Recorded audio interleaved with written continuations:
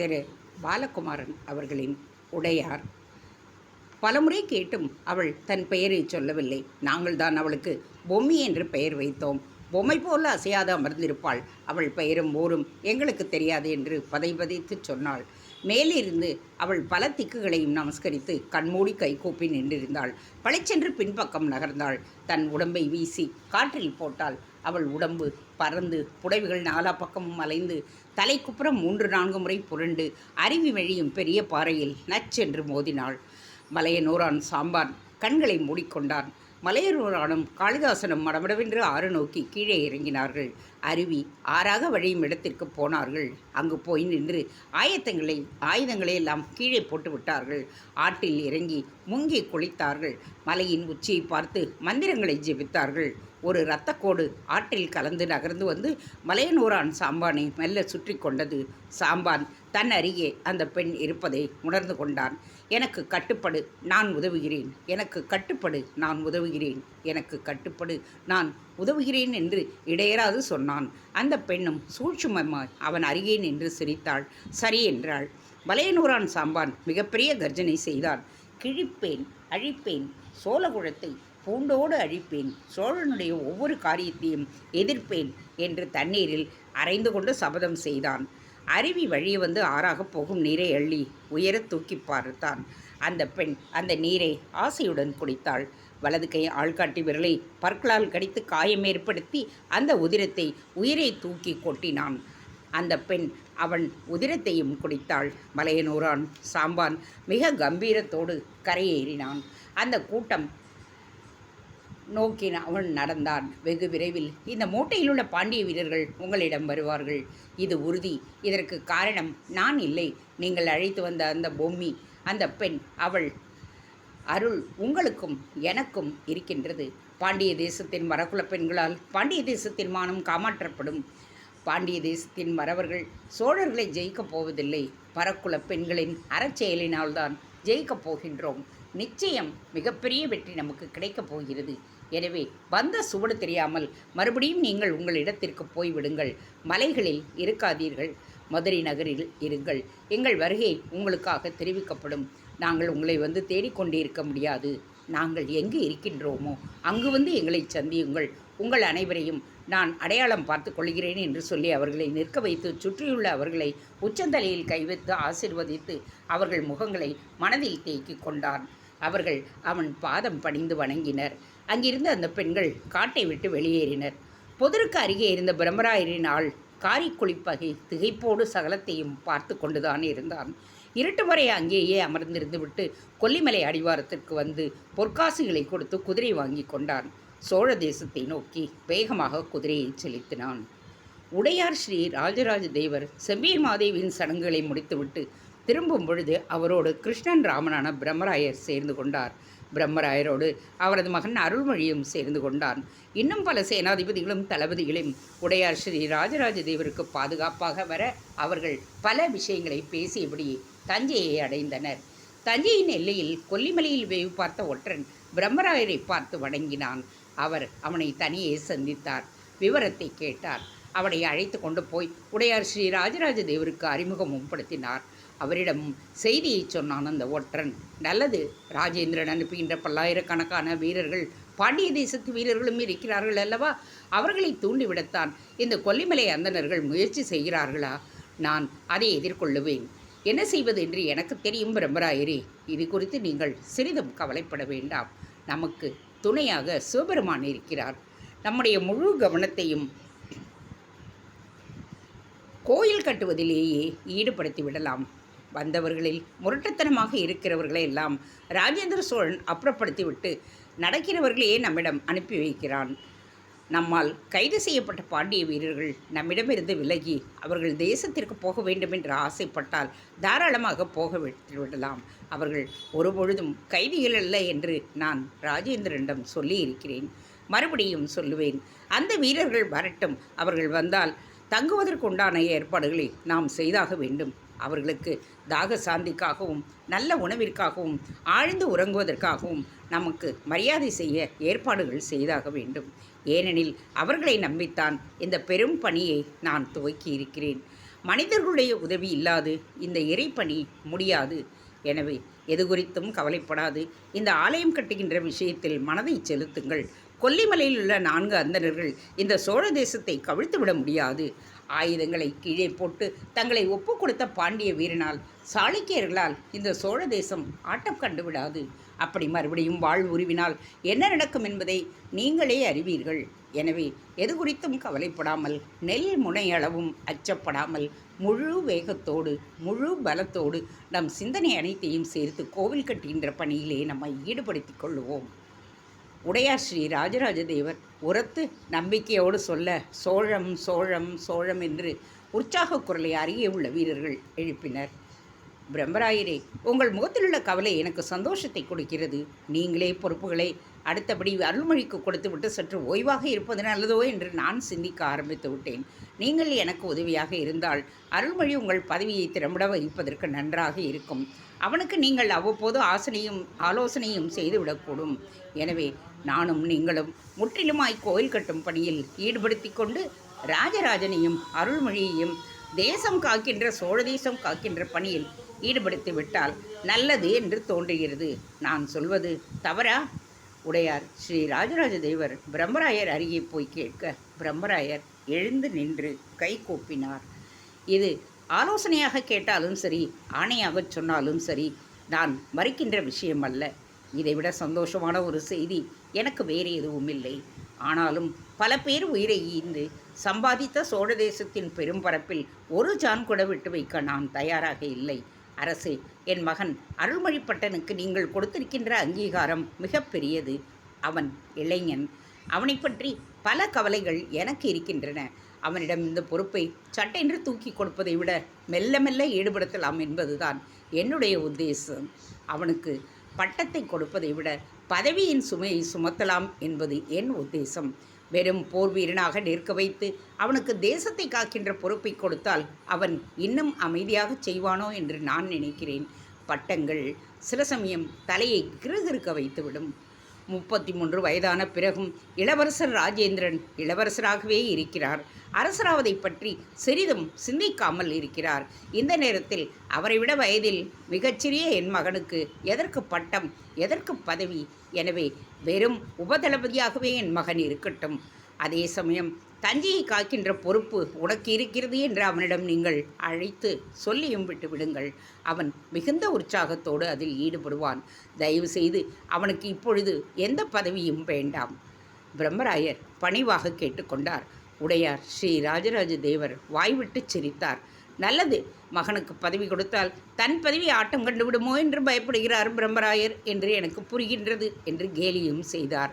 இந்த கேலியை புரிந்து கொண்டு பிரம்மராயரும் பதிலுக்கு சிரிக்க அந்த பெரும் படை குடந்தைக்கு அருகே போகும் காவிரிக்கு வந்து சேர்ந்தது. உடையார் ஸ்ரீ ராஜராஜ தேவர் உடைகளை களைந்துவிட்டு இடுப்பு துண்டோடு முங்கி குளித்து நீந்தி நீராடினார். மற்ற வீரர்களும் குளித்தனர். மறுகரைக்கு நீந்தி போய் கரையேறினார். மற்றவர்களும் அவரை பின்தொடர்ந்தார்கள். குதிரைகள் அழைத்து வரப்பட்டன. அங்குள்ள சிறிய ஆலத்தில் சிவபூஜையை முடித்து திருநீறு அணிந்து கொண்டு உடையார் ஸ்ரீ ராஜராஜ தேவர் அவர்களுடைய மாளிகையான பழையாறையை நோக்கி நடந்தார். பழையாறை மக்கள் கொம்புகளை ஊதியும் முரசுகளை முழுங்கியும் அவர்களை வரவேற்றனர். உடையார்குடி ஸ்ரீ ராஜராஜ தேவரின் குதிரை பழையாறைக்குள் காலடி வைத்த நேரத்தில் பாண்டியர்கள் சரியாக கணக்கிட்டு அதை குறித்து கொண்டார்கள். ஓலை நறுக்குகளில் அந்த நேரத்தின் பலனை எழுதத் துவங்கினர். உலகமெல்லாம் பிரமிக்க தகுந்த வகையில் மிகப்பெரிய கோவில் ஒன்று உருவாகும். இது நிச்சயம், இது சத்தியம். ஜோசியர் எழுந்து நின்று உறக்க கூவினார்.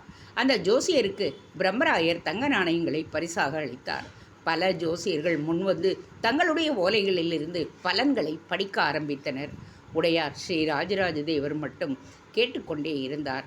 அவருடைய மனம் கோயிலை பற்றி சிந்திக்க துவங்கியது.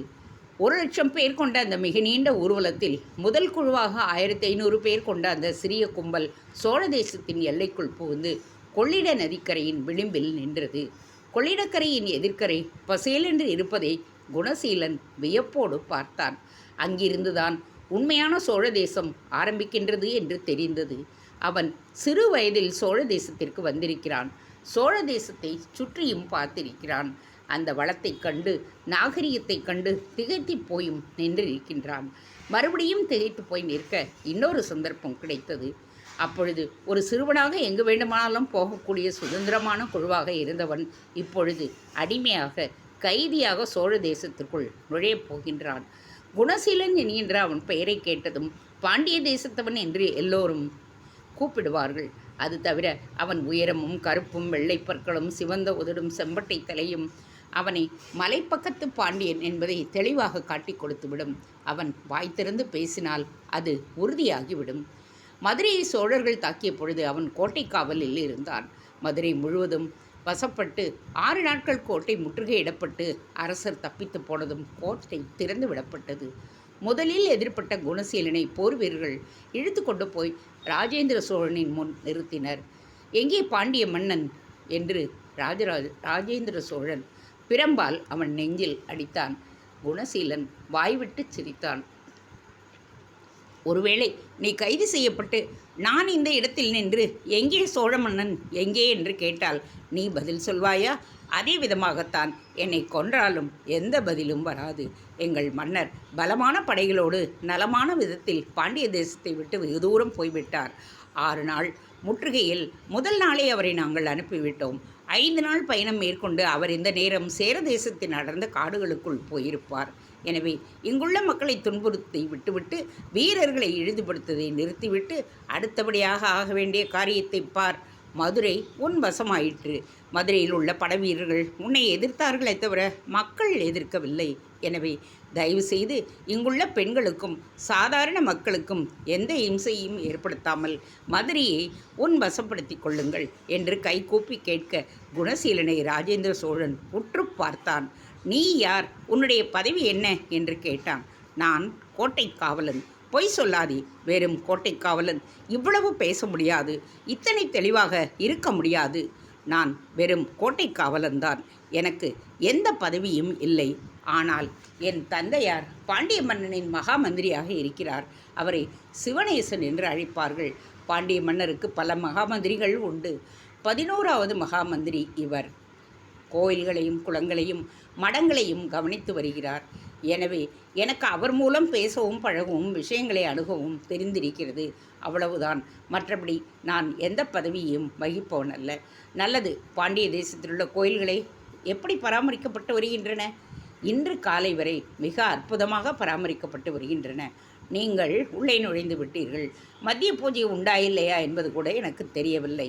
எல்லா சிவன் கோயில்களிலும் காலை நேர பூஜை முடிந்து பிரசாத விநியோகமும் ஆகிவிட்டது. உச்சிவேளை பூஜை நடப்பது உங்கள் கையில் தான் இருக்கிறது. எத்தனை கோயில்கள் மதுரை நகரில் இருக்கும்? 40 கோயில்கள் இருக்கும். யார் அங்கே இந்த இளைஞனுக்கு ஒரு குதிரையை கொடு என்று சொல்ல ஒரு பெண் குதிரை அவனுக்கு கொடுக்கப்பட்டது. உன் பெயர் என்ன? ராஜேந்திர சோழன். அவனை உற்று பார்த்து விசாரித்தான். குணசீலன். குணசீலன், குதிரையில் ஏறிக்கொள். நாம் கோவிலுக்கு போவோம். மதுரைக்குள் நுழைந்ததும் சிவபூஜை செய்ய வேண்டும் என்று எனக்கு ஆசையாக இருக்கிறது. சோமசுந்தரரையும் மீனாட்சியம்மனையும் தரிசிக்க வேண்டும். என்னை கோவிலுக்கு அழைத்து போ என்று சொல்ல ராஜேந்திர சோழனின் மெய்க்காவல் படை குணசேலனை அருகே விட்டு அவன் உடம்பை சோதித்து இடுப்பில் கத்தி ஏதும் இருக்கிறதா என்பதை கவனித்துவிட்டு குதிரையில் ஏற்றியது. அவனுக்கு நெருக்கமாக ஒரு குதிரைப்படை வீரன் வந்தான். ராஜேந்திர சோழனையும் குணசேலனையும் சோழ மெய்க்காவல் படை சுற்றி கொண்டது. தஞ்சாவூர் வீரர்களின் சிரிப்பை எள்ளலை குணசீலன் முதலாக அனுபவித்தான். கூர்மையாய் கேலி செய்ய பாண்டியர்களுக்கு தெரியாது, பழக்கமில்லை. ஆனால் சோழ வீரர்கள் வாய் திறந்தால் கேலிதான் பொங்கி வழிகிறது. அது அவனை வருத்தப்படுத்தியது. கொள்ளிடக்கரையில் நிற்கும் பொழுதும் குணசீலன் அந்த கேலி வார்த்தைகளைத்தான் ஞாபகம் வைத்து கொண்டிருந்தான். தஞ்சை என்று சொன்னதும் அந்த மக்களின் அலட்சியம்தான் ஞாபகம் வந்தது. அடர்ந்த காட்டில் கடும் இருட்டில் தாங்களெல்லாம் உட்கார்ந்து இருந்தோம் என்று சோழ வீரன் ஆரம்பித்தான். என்ன அதற்கு? இன்னொரு சோழ வீரன் கேட்டான். அப்பொழுது புலி வந்து விட்டது. அடடே, என்ன செய்தீர்கள்? பரநேறி தப்பித்து விட்டோம். இவன் மட்டும் தரையில் படுத்தவன் படுத்துக்கொண்டே இருந்தான். ஒரு சோழ வீரன் குணசீலனை காண்பித்தான். ஏன், புலி இவனை எதுவும் செய்யவில்லையா? இவன் பரனில் ஏன் ஏறவில்லை? இல்லை, இவன் இடுப்பில் இருக்கிற கோமணத்தையும் அவிழ்த்து அக்குளில் வைத்து கொண்டு படுத்ததனால் புலி எதுவுமே செய்யவில்லை. அது எப்படி ஐயா? புலிக்கு இருட்டில் கூட கண் தெரியுமே. இல்லை, இவன் நிறத்திற்கு இருட்டு மிகவும் ஒத்துப்போகும். இருட்டோடு இருட்டாக இவன் கலந்து விட்டதால் புலிக்கு கூட கண் தெரியாமல் வெறுமே தரையோடு தரையாக கிடந்து விட்டான். சோழ வீரர்கள் எல்லோரும் வாய்விட்டு சிரித்தனர். புலிக்கு மோப்ப சக்தி உண்டே, அதை வைத்து கொண்டு கண்டுபிடிக்காத? ஆம், புலி முகர்ந்து கொண்டே பார்த்து இவன் அருகே வந்தது. அப்படியானால் அடித்து கொண்டிருக்குமே? இல்லை, சுருண்டு விழுந்து போய் செத்து போய்விட்டது. ஏன்? 20 நாளாய் இவன் குளிக்கவே இல்லை. என்னுடைய உடம்பு வாசனையை தாங்காமல் புலி முகர்ந்து பார்த்து உடனே மரணமடைந்து விட்டது. சோழ வீரர்கள் பேய் பிடித்தது போல் சிரித்தனர். குணசீலன் பல்லை கடித்தான். பல் கடித்தவனை ஒரு சோழ வீரன் பாய்ந்து பிரம்பால் அடித்தான். நாங்கள் கேலி செய்வோம், நீ பொறுத்து கொள்ளத்தான் வேண்டும், முறைத்தால் உதைவிழும் என்று எச்சரித்தான். வேறு வழி இல்லாமல் தென் திசையை பார்த்து வெறுத்து போய் குணசீலன் அமர்ந்திருந்தான். இதுபோல பல ஆயிரம் கேலிகள், பல ஆயிரம் பாண்டிய வீரர்களை சோழ வீரர்கள் இடையராது கேலி செய்து கொண்டே இருந்தார்கள். குணசீலனுக்கு பாண்டிய தேசத்தில் இன்னொரு பெயர் உண்டு தெரியுமா? ஒரு சோழ படைத்தளபதி மற்ற சோழ வீரனை கேட்க, இது என்ன புதிய கேலி என்பது போல் அந்த சோழ வீரன் பல் தெரிய அவர்களை பார்த்து சிரித்தான். குணசீலனுடைய பெயர் திருமந்திர ஓலை. ஆச்சரியமாக இருக்கிறதே, அரசர் அனுப்புகிற ஓலைக்கு பெயர்தான் திருமந்திர ஓலை. ஒரு மனிதருக்கு போய் எப்படி திருமந்திர ஓலை என்று பெயர் வைக்க முடியும்? பனை ஓலையில்தான் எழுதி வெள்ளிக்குழலில் சொருகி அனுப்புவார்கள். இவரை எந்த குழலில் சொருகுவது என்று அந்த சோழ வீரன் கேட்க, சுற்றியுள்ள சோழப்படை கும்பல் சிரித்தது. பாண்டிய மன்னன் தோற்றுப்போய் கொண்டிருப்பதால் சேர மன்னருக்கு படை உதவி கேட்க ரகசியமாக ஒரு ஓலை எழுத விரும்பினார். சரி, பனை ஓலையில் எழுதினால் சோழப்படை வீரர்கள் மடக்கி பிடித்துவார்கள் என்று பயந்தார்கள். புரிகிறது. குணசீலனை அழைத்து மெல்ல அவன் முதுகிலே என்ன வேண்டும் என்பதை பச்சை குத்தச் சொன்னார் பாண்டியர். பாண்டிய தேசத்து மலையக பெண்கள் குணசீலனின் முதுகில் சுண்ணாம்பு கட்டியால் எழுதப்பட்ட எழுத்துக்களின் மீது பச்சை குத்தினர். 2 சொம்பு தலையில் தண்ணீர் விட்டு சுண்ணாம்பு கட்டியை அலம்பிவிட்டு இவனை சேர எல்லைக்கு அனுப்பிவிட்டார்கள். இவனை சோதித்து நமது படை வீரர்கள் சேர தேசத்திற்கு அனுப்பிவிட்டார்கள். சேர தேசத்தில் போய் அரசரின் காலில் நெடுஞ்சான் கிடையாக விழுந்து படித்து கொள்ளுங்கள் என்று இவன் கேட்டானாம். இவன் முதுகில் எழுதப்பட்ட விஷயத்தை படித்துவிட்டு சேர மன்னர் படை திரட்டி வந்து பாண்டியனுக்கு உதவி செய்தாராம். அதனால் குணசீலனுக்கு திருமந்திர ஓலை என்று பெயர். அப்படியா? இன்னும் எழுத்துக்கள் இருக்கின்றனவா? கத்து முடிய பிடியை பிடித்து குணசீலனை ஒரு போர் வீரன் குவிய வைத்தான், குனிய வைத்தான். இல்லை, நமது வீரர்கள் சவுக்கால் விளாறியதில் எல்லா எழுத்துகளும் உதிர்ந்து போய்விட்டன என்று தளபதி சொல்ல மறுபடியும் அவர்கள் சிரித்தனர். குணசீலன் நல்ல கருப்பு. அந்த கருப்பை சோழ வீரர்கள் இடையராது கேலி செய்தார்கள். சோழ வீரர்கள் ஒன்றும் சிகப்பானவர்கள் அல்ல, கோதுமை நிறமும் அல்ல. எல்லா சோழ வீரர்களும் மாநிறம்தான். ஆனால் பாண்டிய தேசத்து கரிக்கட்டை நிறத்தை பார்த்தால் அவர்களுடைய குதூகலம் செய்கின்றார்கள். குறிப்பாக பெண்களை மிக மோசமாய் கேலி செய்கிறார்கள். ஒவ்வொரு முறை கேலி செய்த பொழுதும் குணசீலன் கோபப்பட்டு பல்கடித்து அடி வாங்கி இருக்கின்றான். இதுவரை வாங்கிய அடிகளுக்கு கணக்கே இல்லை. ஆனால் கடந்த 3 மாதமாக சோழ வீரர்கள் யாரையும் கேலி செய்வதில்லை, அடிப்பதும் இல்லை. ராஜேந்திர சோழர் மிக தெளிவாக கட்டளை போட்டிருக்கிறாராம். எந்த கைதியையும் எந்த சோழைப்படை வீரரும் துன்புறுத்தலாகாது என்று உத்தரவிட்டிருக்கிறார். நல்ல உணவு, நல்ல உடை, இதமான பேச்சு என்று 3 மாதத்திற்கு பிறகு வாழ்க்கை திசை மாற ஆரம்பித்தது. கைதான பாண்டிய வீரர்கள் ஆச்சரியப்பட்டு விட்டனர். ஆனால் சோழியன் குடுமி சும்மா ஆடுமா? அதற்கு மிகப்பெரிய காரணமும் இருந்தது. குறிப்பிட்ட 100 வீரர்களை பாண்டிய தேசத்து போர்க்கைதிகளாக சோழ படத்தளபதிகள் தேர்ந்தெடுத்து ராஜேந்திர சோழனின் அரண்மனைக்கு அழைத்து போயினர். திருவொற்றியூரில் கடற்கரை பக்கம் மிகப்பெரிய சவுக்கு வேலி போட்டு அதற்குள்ள பாண்டிய வீரர்களை அடைத்து வைத்திருந்தார்கள். சதுரம் சதுரமாக வேலிகளை கட்டி இருந்தார்கள். உணவுக்காக ஒரு சதுரம், உறங்குவதற்கு ஒரு சதுரம் என்று பிரித்து இருந்தார்கள். 3 பக்கமும் மணலில் தட்டு, 4வது பக்கம் பெரிய பனைகள் நெருக்கமாக கடலில் நட்டிருந்தார்கள். அந்த பனைகளை தாண்டி மறுபக்கம் போவது கடினம். அதே சமயம் பனைகளுக்கு இடையே நீர் வந்து கரையை நனைக்கும். இயற்கை உபாதைகளை அந்த நீரில் அமர்ந்து கழுவிக்கொள்ள வேண்டும். பிறகு கரையேறி வேறொரு வேலியின் வழியாக உள்ளே நுழைந்து மந்தார இலைகளை எடுத்துக்கொண்டு அவர்கள் போடுகின்ற உணவை வாங்கி கொள்ள வேண்டும். பிறகு இன்னொரு வேலியின் பக்கமாக போய் அங்கு போடப்பட்டிருக்கும் மிகப்பெரிய கூரையின் கீழ் உட்கார்ந்து கொண்டு உணவருந்த வேண்டும். கடற்கரையிலிருந்து அரண்மனைக்கு போகவும் ஒரு வேலி இருந்தது. அந்த வேலியினுடைய அரண்மனைக்கு அழைத்து போனார்கள். ராஜேந்திரருக்கு குணசீலனை தெரியும். போர் நடந்த அன்று கோட்டை கதவை திறந்து விட்டது குணசீலன்தான் என்பதை அவர் ஞாபகம் வைத்திருந்தார். எதற்காக கோட்டை கதவை திறந்தாய் என்று ராஜேந்திரன் அதட்டி கேட்டார். இதற்கு மேலும் தாக்குப்பிடிக்க முடியாது என்று தெரிந்ததால் தான் கோட்டை கதவை திறந்து வைத்தேன் என்றார். இதற்கு மேல் கோட்டை கதவு திறக்காமல் இருந்திருந்தால் என்ன ஆகியிருக்கும்? கோட்டைக்குள் இருந்த அரண்மனை மீது நீங்கள் தீப்பந்தங்களை வீச ஆரம்பித்து விட்டீர்கள். அரண்மனைக்குள் பெண்களும் குழந்தைகளும் இருந்தார்கள். குறிப்பாக 200 சொச்சம் குழந்தைகள் அலறியபடியே இருந்தார்கள். அவர்கள் மீது தீக்கங்குகள் விழுந்தன. எனவேதான் கோட்டை கதவை நான் திறந்து விட்டு விட்டேன். குழந்தைகளின் மீது அத்தனை பாசமா? இது பாசத்தால் நான் திறக்கவில்லை. பிறகு அடுத்த தலைமுறையாவது சோழர்களை பழிவாங்காதா? அதற்கு அவர்கள் உயிரோடு இருக்க வேண்டுமே. இப்பொழுதே தீக்கங்குகள் பட்டு இறந்து போய்விட்டால் பழிவாங்கவே முடியாதே. நம்மால் தான் சோழர்களை எதிர்க்க முடியவில்லை, இவர்களாவது எதிர்க்கட்டும் என்று கோட்டை கதவை திறந்து வைத்தேன். அவர்கள் வாழ்வதற்காக நான் சரணடைந்தேன். சுற்றியுள்ள தளபதிகள் திகைத்து போனார்கள். ராஜேந்திர சோழன் ஊடுருவி கொண்டு குணசீலனை பார்த்தான். நீ படைத்தளபதியா? இல்லை, வெறும் படை வீரன். வேண்டுமானால் முதன்மையான வீரன் என்று சொல்லிக் கொள்ளலாம். எத்தனை வருடமாக படையில் இருக்கிறாய்? நினைவு தெரிந்த நாளிலிருந்தே நான் பாண்டிய படையில் இருக்கின்றேன். 11 வயதில் வேல் கம்பு கொடுத்து என் தாயார் கிராமத்திலிருந்து என்னை மதுரை நகருக்கு அனுப்பி வைத்தார். அன்றிலிருந்து இதோ இந்த 33 வயது வரை நான் படை வீரன்தான். எத்தனை போர்களில் பங்கெடுத்து கொண்டிருப்பாய்?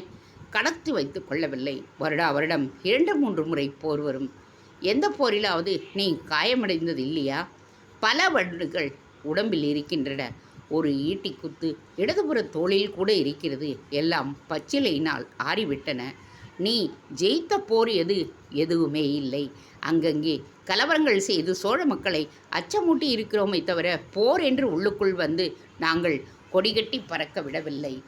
நல்லது, உங்கள் சோழப்பட வீரர்கள் எப்படி நடத்துகிறார்கள் உங்களை? குணசீலன் அதற்கு பதில் சொல்லாமல் இருந்தான். சொல், சோழப்படை வீரர்கள் உங்களைப் போன்றவர்களை எப்படி நடத்துகிறார்கள்?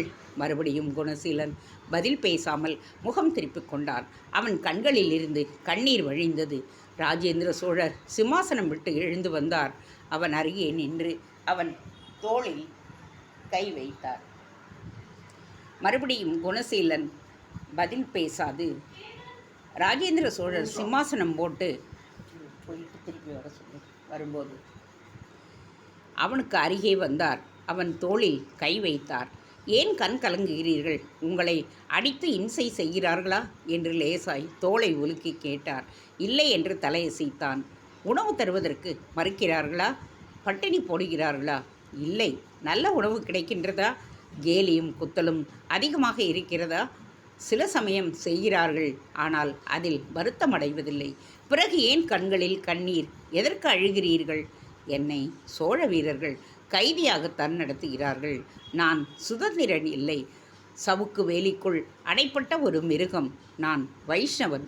துளசி வளர்த்து தினமும் துளசியால் எம்பெருமானுக்கு பூஜை செய்கின்றவன். நாராயண கவசம் படிப்பவன். ஆனால் கைதான தினத்திலிருந்து அதை செய்ய முடியவதில்லை. சோழ தேசத்தில் என்னால் துளசியையே பார்க்க முடியவில்லை. ஒரு கைதிக்கு பூஜை எதற்கு என்றுதான் எனக்கும் தோன்றுகிறது. எனவே கேட்கவில்லை. பூஜை செய்யாத நாட்கள் எல்லாம் இப்படி கைதியாக இருக்கின்றேனே என்கின்ற துக்கம்தான் அதிகமாக இருக்கிறது. ராஜேந்திர சோழர் சரக்கென்று பின்வாங்கி துடித்து போவதை குணசீலன் உணர்ந்தார். இதை சொல்லி இருக்கலாமே. யார் படைத்தளபதி இங்கே? கைதிகளில் காவலர் யார்? இவர் இப்படி ஆசைப்படுகிறார் என்பது உங்களுக்கு ஏன் தெரியவில்லை? குணசீலனுக்கும் குணசீலனை போன்றவர்களுக்கும் வழிபாடு செய்வதற்கு முழு உரிமை உண்டு. வீரனே, எல்லோரையும் விடுவித்து விட முடியாது. எனவே நீங்கள் ஒரு 10 பாண்டிய வீரர்களை அழைத்து கொண்டு போய் துளசி எங்கே இருக்கிறது என்று தேடி வேரோடு பறித்து கொண்டு வந்து இங்கு நல்லதொரு இடத்தில் பதியம் போட்டு வைத்து அவை வளர துவங்கியதும் இந்த திருவொற்றியூரில் உள்ள சிவபெருமான் கோவிலுக்கு போய் பூஜை செய்யுங்கள். இதற்கான உரிமையை உங்களுக்கு தருகின்றேன். நீங்கள் துளசி செடியை தேடி போய் வரலாம் என்று ராஜேந்திர சோழன் தோள் தொட்டு குணசீலனை திருப்பி அனுப்பினார்.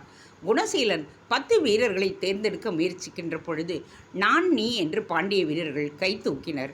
அதில் நல்லவர்களாக 5 பேர்களையும் தப்பிக்கும் ஆத்திரமுள்ளவளான 5 பேர்களையும் குணசீலன் தேர்ந்தெடுத்தான்.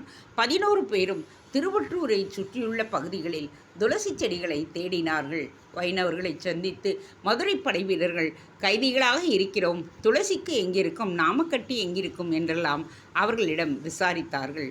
வைணவர்கள் ஒரு பெட்டி நிறைய நாமக்கட்டியை கொடுத்தார்கள். இறுகிய செம்மண் குழம்பும் கொடுத்தார்கள். துளசி வனத்திற்கு போய் கன்றுகளை எடுத்து கொடுத்தார்கள்.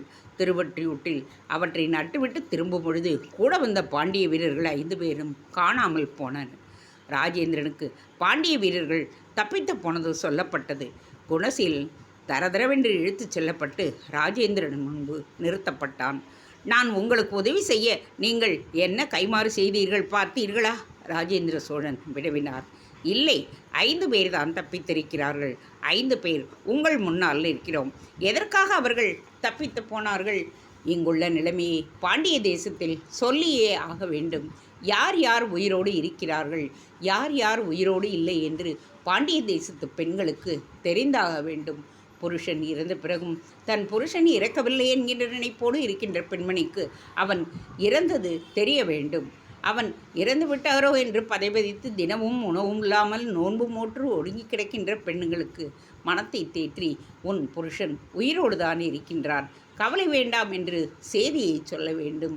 தாய்க்கு மகனை பற்றிய செய்தியையும் தங்கைக்கு அண்ணனை பற்றிய செய்தியையும் சொல்ல வேண்டும். எனவே நான் வேண்டுமென்றே தப்பித்து போகும் ஆவலுள்ள 5 பேரையும் தப்பித்து போக ஆவலில்லாத 5 பேரையும் தேர்ந்தெடுத்திருந்தேன். ஆவல் உள்ளவர்கள் தப்பித்து போனார்கள், அவ்வளவே. மறுபடியும் ராஜேந்திர சோழர் வாயடைத்து போய்விட்டார். சரி, போய் வாருங்கள், உங்கள் பூஜைக்கு எந்த குந்தகமும் வராது என்று மறுபடியும் சொன்னார்.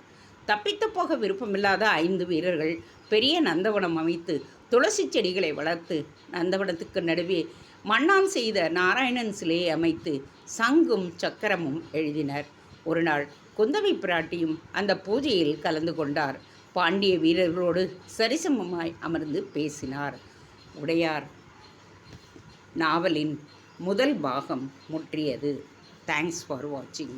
உங்களுக்கு இது பிடித்திருந்தால் என்னுடைய சேனலை சப்ஸ்கிரைப் செய்வதோடு சூப்பர் தேங்க்ஸும் வாங்கிக் கொள்ளுமாறு பணிவன்புடன் வேண்டுகின்றேன்.